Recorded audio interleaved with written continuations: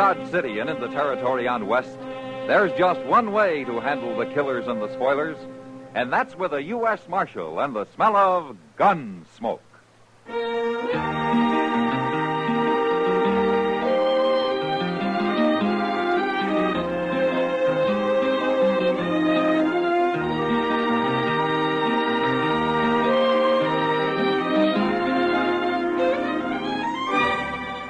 Gunsmoke, starring William Conrad. The transcribed story of the violence that moved west with young America. And the story of a man who moved with it. I'm that man, Matt Dillon, United States Marshal. The first man they look for and the last they want to meet. It's a chancy job, and it makes a man watchful and a little lonely.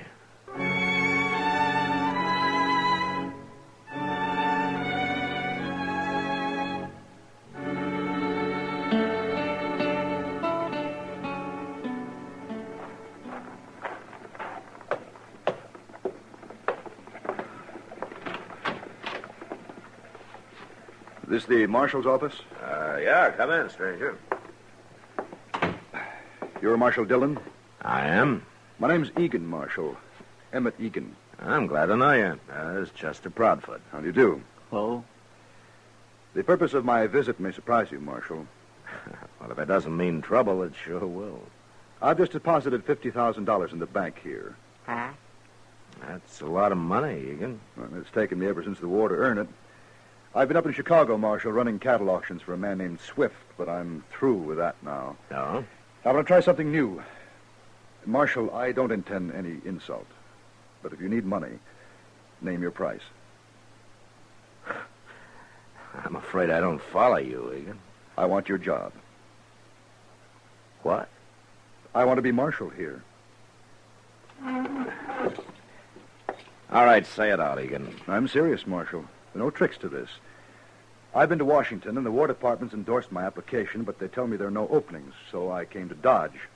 I thought if I can somehow persuade you to quit, maybe they'll put me on here. I think you are serious. Oh, I am. It's simple enough. I'm tired of the kind of work I was doing, and I want to try this. Something exciting. Oh, I see. What would you advise me to do, Marshal? Go back to Chicago. You're a lot safer there.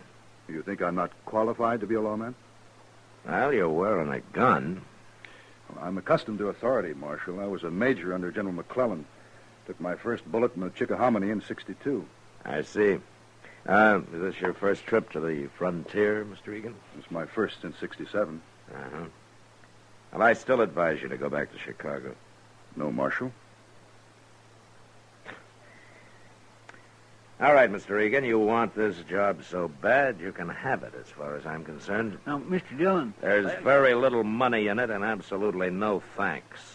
I've been a live target for every drunken bum and glory hunter in Kansas about long enough. You mean it, Marshal? Yeah, but on one condition. Yes. That you hang around for a week, see what it's like. And then if you still want it... Oh, I'll want it all right. All right, then we'll start right now. I'm ready. What do we do first? You all set, Chester? My. Yes, sir, I guess so. All right, then follow me.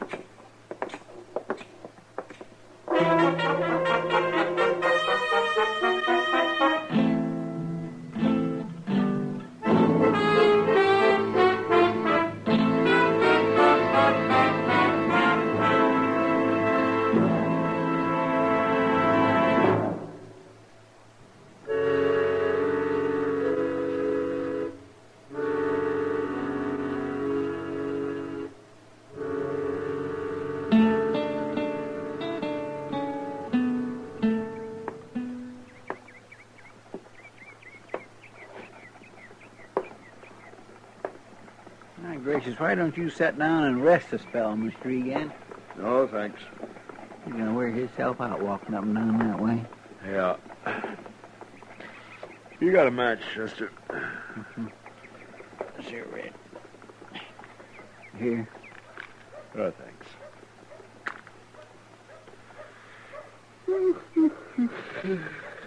Dodge sure ain't very lively today, is it? Not very. If I only had me a knife, I could do a little whittling. Oh, what happened to your knife, Chester? Well, it was about wore out, so I traded it to a small kid I know for a flipper. Why don't you get yourself another one? Mr. Dillon, I am so mean poor, I just couldn't stand the outlay of another knife. Yeah, I forgot. Hey, look there. Somebody hadn't ought to be in town. Oh, where? Who? That fella coming up the street, riding that sleigh back to old Broodmare, see him? He looks like a farmer. If you call a man whose wife hoes a 10-yard patch of mealy potatoes a farmer, then he's one, all right. You said he shouldn't be in town. He can't be very dangerous. He's dangerous to himself. Oh, what do you mean? Why, he gets a doggone drunk every time he comes in here. He can't hardly climb back up on that old mare.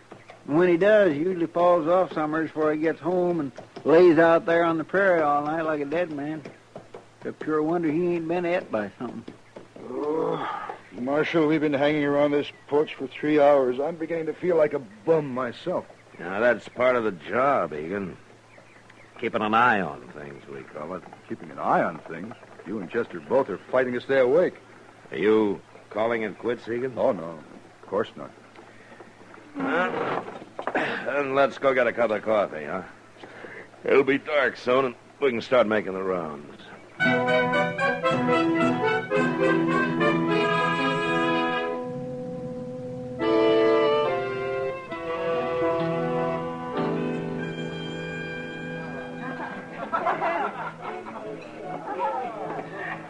What's the name of this place, Marshal? It's called the Long Branch.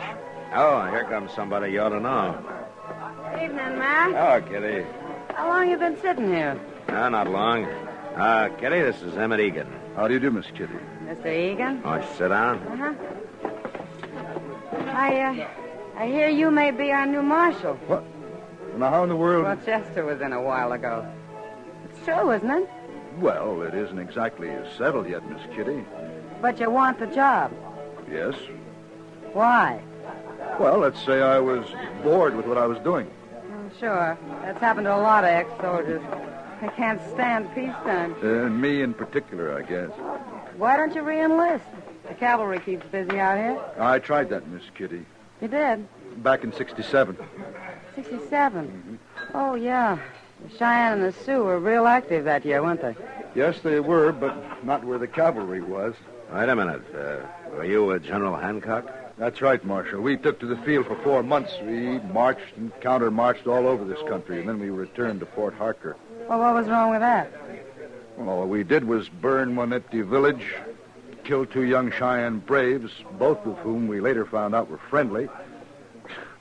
It took 1,100 men to do that. Oh. Dillon, Yeah, what is it, Chester? I don't know for sure, but I hear there's some kind of trouble down at Moss Grimmick Stable. Well, it's about time something happened around here. Yeah. Now, don't forget, Egan. When it does, somebody usually dies.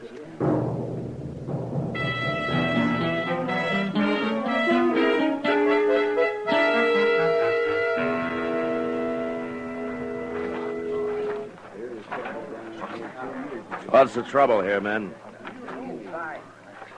Where's Moss Grimmick, Chester? Well, he ain't here, Mr. Dillon. They say Leonard Phibbs there is the one who knows about it. Oh, Phibbs, a little sodbuster? Yes, sir. Hey, Phibbs, come here.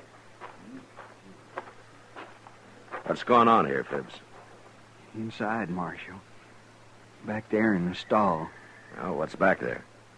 Bad, Marshal. Real bad. Don't nobody go in there. It's real bad. What is? Who's in there, Phibbs? Not even you, Marshal. Not nobody.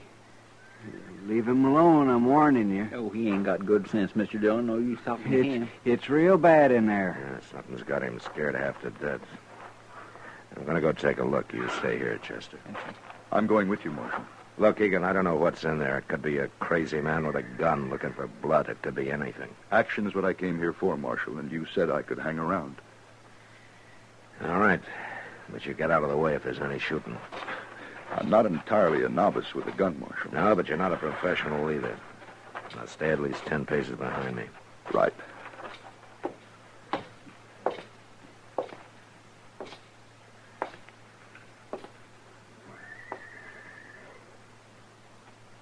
See anything? No. It's Marshal Dillon. Who's in here? Come on, speak up. Maybe he's hiding, waiting for you. Well, he can't see me any better than I can see him. You're taking an awful chance, Marshal. You stay where you are, Egan. What? What's this?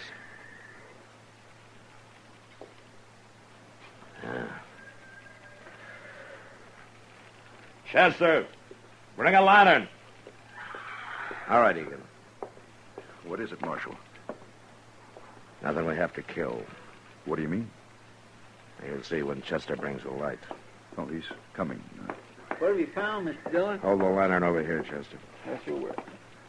Oh, my goodness. Somebody's gone and hung a man. So that's it. Oh, that poor devil. Was this a lynching, Marshal? No, Egan, that's old Tom Sanders. He's been drunk for 20 years. Yeah, I guess he finally decided to break the habit. You won't get any action out of this.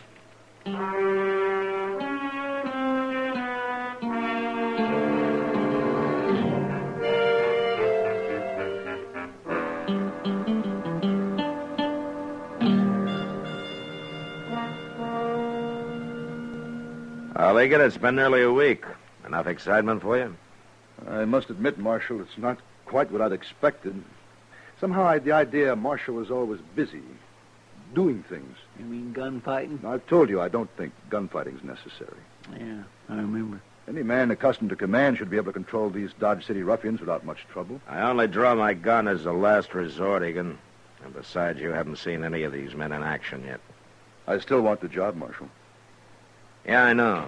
Oh, Matt? Yeah, come on in, Doc. Say, Matt, you'd better get over the Texas Trail. Oh?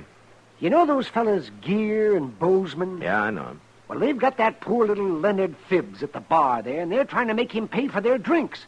He's broke, of course, so they're beating him up. They're doing it real slowly, bit by bit. I tell you, it just makes you sick to watch it. All right, Doc. Wait, Marshal. Yeah, what? Let me handle this. Look, Egan, Gear and Bozeman may be a couple of bullies, but that doesn't mean they're not dangerous. They are. Are you afraid I might be able to handle them, Marshal? Well? Okay, go ahead. Here, take my badge. Tell them you're a deputy. Thank you, Marshal. You gotta learn one way or the other.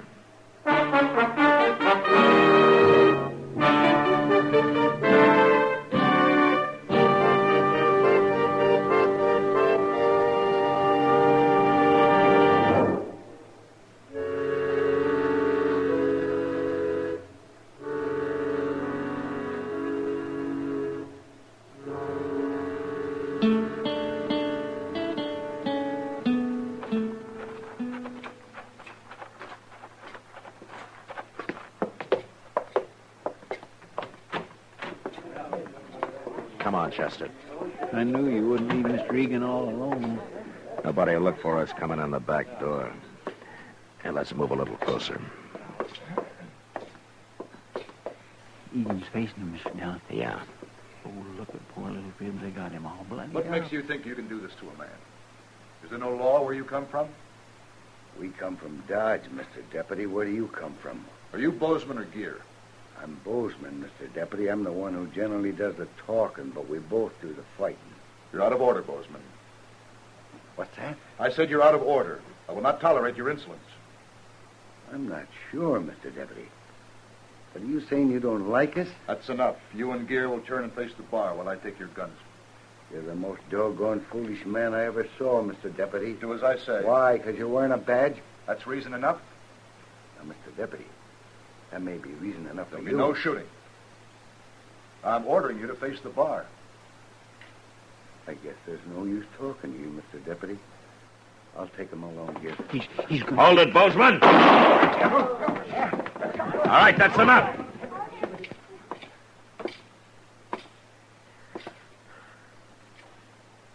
Now, go ahead, Bozeman. Try it again.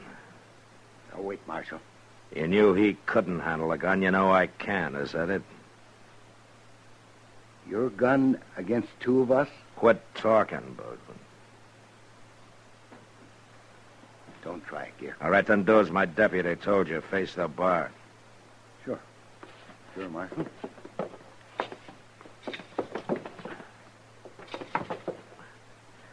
Chester, Yes, sir. You want me to lock him up, Mr. Dillon? here are the guns, Chester. I'll be at Doc's. Maybe he can save Bozeman here from hanging.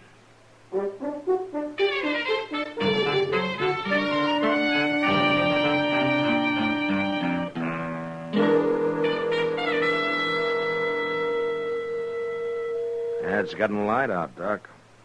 It generally does this time of morning. Yeah, but I'm not generally sitting up waiting for a man to die. He isn't going to die, Matt. I saw what that bullet did to him. You feel guilty, don't you, Matt? Wouldn't you, Doc? Yes, I guess I would. Doc? What? Well, he's conscious.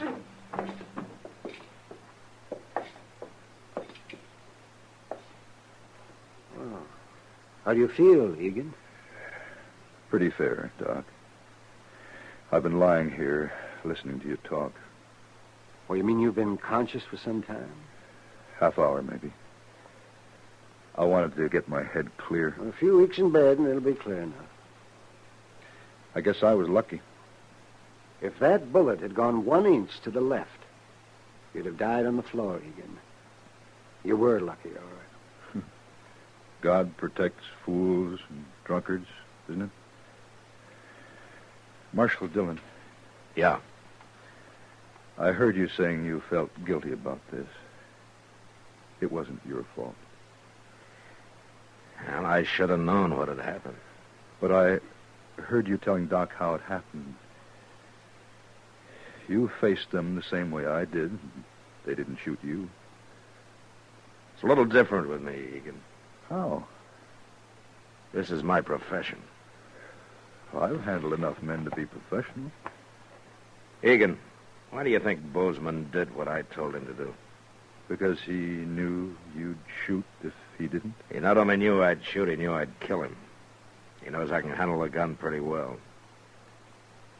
And that part of the profession they don't teach in the Army. Takes years and years to learn. Well, I can't complain any more about there not being enough action, can I, Marshal? Yeah, your week's up today, Egan. Do you want the job? Marshal, you ever been in California? Not for some time. I hear things are pretty active out there. I'll write you and tell you all about it.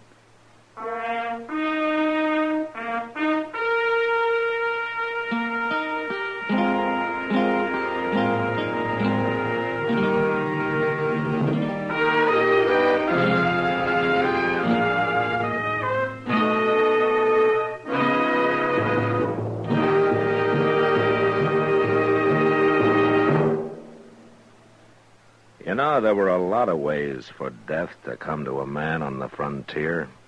All of them hard. But next week, a man meets death the hardest way of all, at the end of a rope. But that was the West. Good night. Gunsmoke, produced and directed by Norman McDonald, stars William Conrad as Matt Dillon, U.S. Marshal. Our story was specially written for Gunsmoke by John Messman, with music composed and conducted by Rex Corey. Sound patterns by Tom Hanley and Bill James. Featured in the cast were John Daner, James Nusser, and Harry Bartell. Parley Bear is Chester, Howard McNear is Doc, and Georgia Ellis is Kitty.